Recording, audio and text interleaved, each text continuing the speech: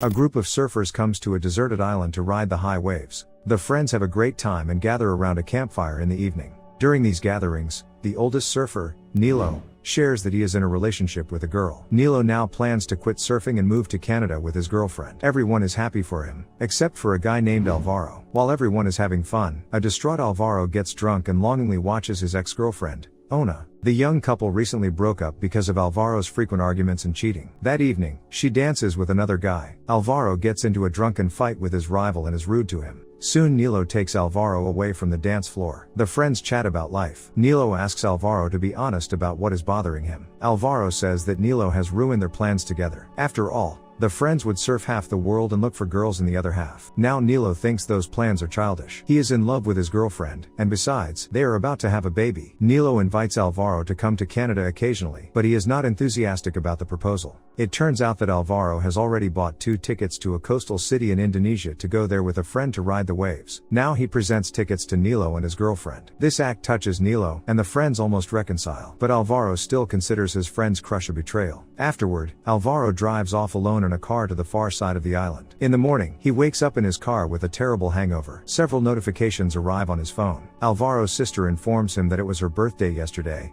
which he forgot about. Also, his father is seriously ill and misses him. But the family doesn't resent Alvaro. They are willing to wait patiently until he finds himself and wants to maintain a relationship with him. Meanwhile, he arrives at the most desolate part of the island. He takes his backpack and board with him and sets out to find a place to surf. Alvaro walks along the steep sandy shore and suddenly stumbles. He drops his board, and the loose sand takes him to a high, rocky cliff. Alvaro manages to hold on for a while with an incredible effort, but he can't climb back up because the sand will start to fall again. Alvaro digs his fingers into the sand but keeps sliding down the slope. At that moment, his phone rings in his backpack. Alvaro tries to reach for the phone to ask for help, but the sand takes him relentlessly to the edge of the cliff. He finds himself in a hopeless situation. He's hanging right over sharp rocks and shallow water, unable to move or save himself. Alvaro tries to figure out by ear when a big wave hits the rock so he can jump into the water without crashing. So he picks the right moment and jumps. He hits a rock hard in the water with his hip but swims up. He gets out on the rock, gets on his feet, takes a step,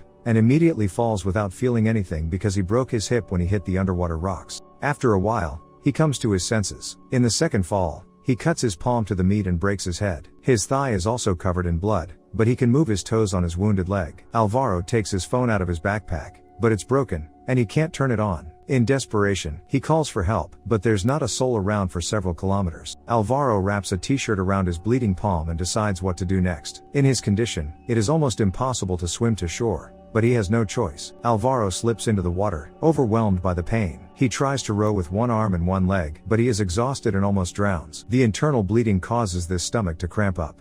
He screams in pain and goes underwater. Alvaro no longer finds the strength to fight for life and gives up. He lets the air out of his lungs and slowly sinks to the depths. He mentally says goodbye to everyone and asks for forgiveness for his wrongdoings. At this point, he has a hallucination. Alvaro imagines that he was rescued and returns to shore with Ona. She says the guy she danced with at the bonfire party was just her gay friend, and Alvaro then humiliated her in front of everyone by starting a fight. But she also recalls good moments in their relationship. For example, how Alvaro once threw her a candlelight dinner on the far side of the island during a new moon. She had a crush on him then, but those feelings are gone now. Alvaro tells Ona that he is drowning and asks for her forgiveness. However, the boy cannot list what he has wronged his beloved. That's what the girl popped up in his mind for, to name all the unpleasant things she had to go through in their relationship. She talks about the boyfriend's constant cheating, the humiliation, and the lack of love on his part. In reality, Alvaro continues to sink and thinks about his fear of loneliness. He sees Ona again. She snuggles up to him and affectionately tells him they need to break up and start from scratch. Alvaro needs to apologize to many people, so he must live. With these words, she kisses him goodbye. In doing so, she gives him the strength to push himself off the seabed and continue to fight for life. Alvaro floats to the surface, and in his imagination, she walks away. He manages to make it to shore. He comes to his senses sitting in the shadow of a large rock. Flies land on his bleeding wounds, and there is no help waiting. Then Alvaro notices a piece of a surfboard being thrown onto the shore by the waves. He realizes he needs to get off the beach, and it's easier to do so by swimming. He crawls to the cliffs where the board washed up, but the surf gets worse. The wave picks him up and throws him headfirst onto the rocks. Alvaro faints again. He wakes up, drowning in the waves of the tide. He catches the strap of his backpack on a protruding rock and thus stays in place. A helicopter flies over him, but the pilot doesn't notice Alvaro from above. The tide subsides. Alvaro is frozen against a rock, holding onto his backpack. A seagull flies up to him and starts pecking meat out of his split palm. This brings him to his senses, and he crawls into the shadows. Along the way, a thrown fishhook is poked into his hand. This circumstance, the helplessness, the loss of blood, and dehydration finally drive the guy into despair. He loses consciousness again. Alvaro only wakes up at night and decides to quench his thirst. He digs a hole in the sand and covers the bottom with tinfoil that he has in his backpack. He pees in the hole but cannot drink the urine because there is too much blood in it. Overcome with pain, Alvaro rinses his unhealed wounds in salt water. Afterward, he wraps himself in foil, a fishing net found on the shore. He tries to keep warm this way since it is a cold night, and he has a fever. Alvaro hears thunder. Then it will soon rain, and he can quench his thirst. He puts his cup under the streams of water, but the rain quickly stops. He only manages to collect a few drops, which do not save him.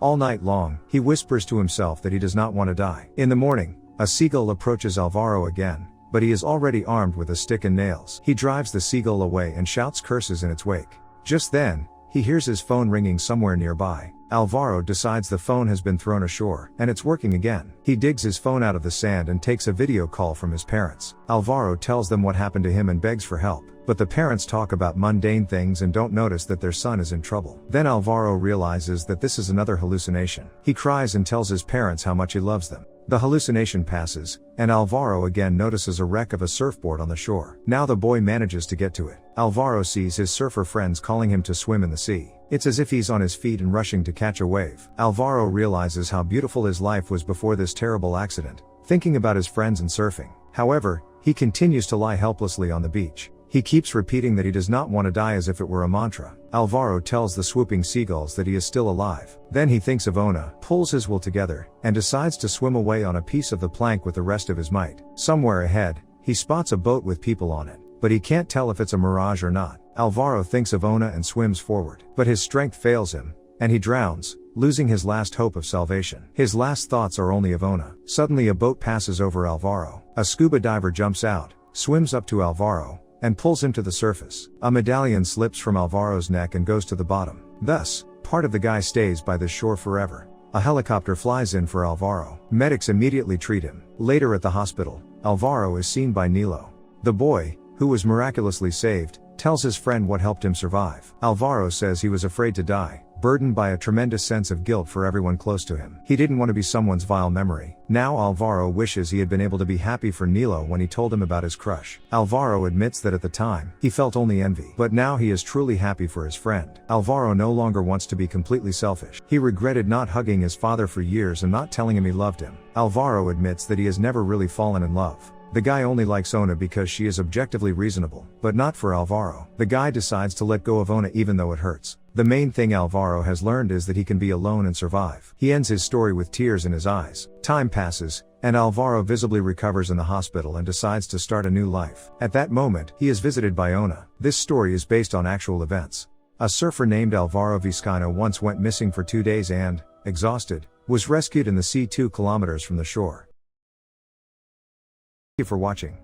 Subscribe if you'd like to see more videos like this. Turn on the notifications, and leave a like to help the channel out.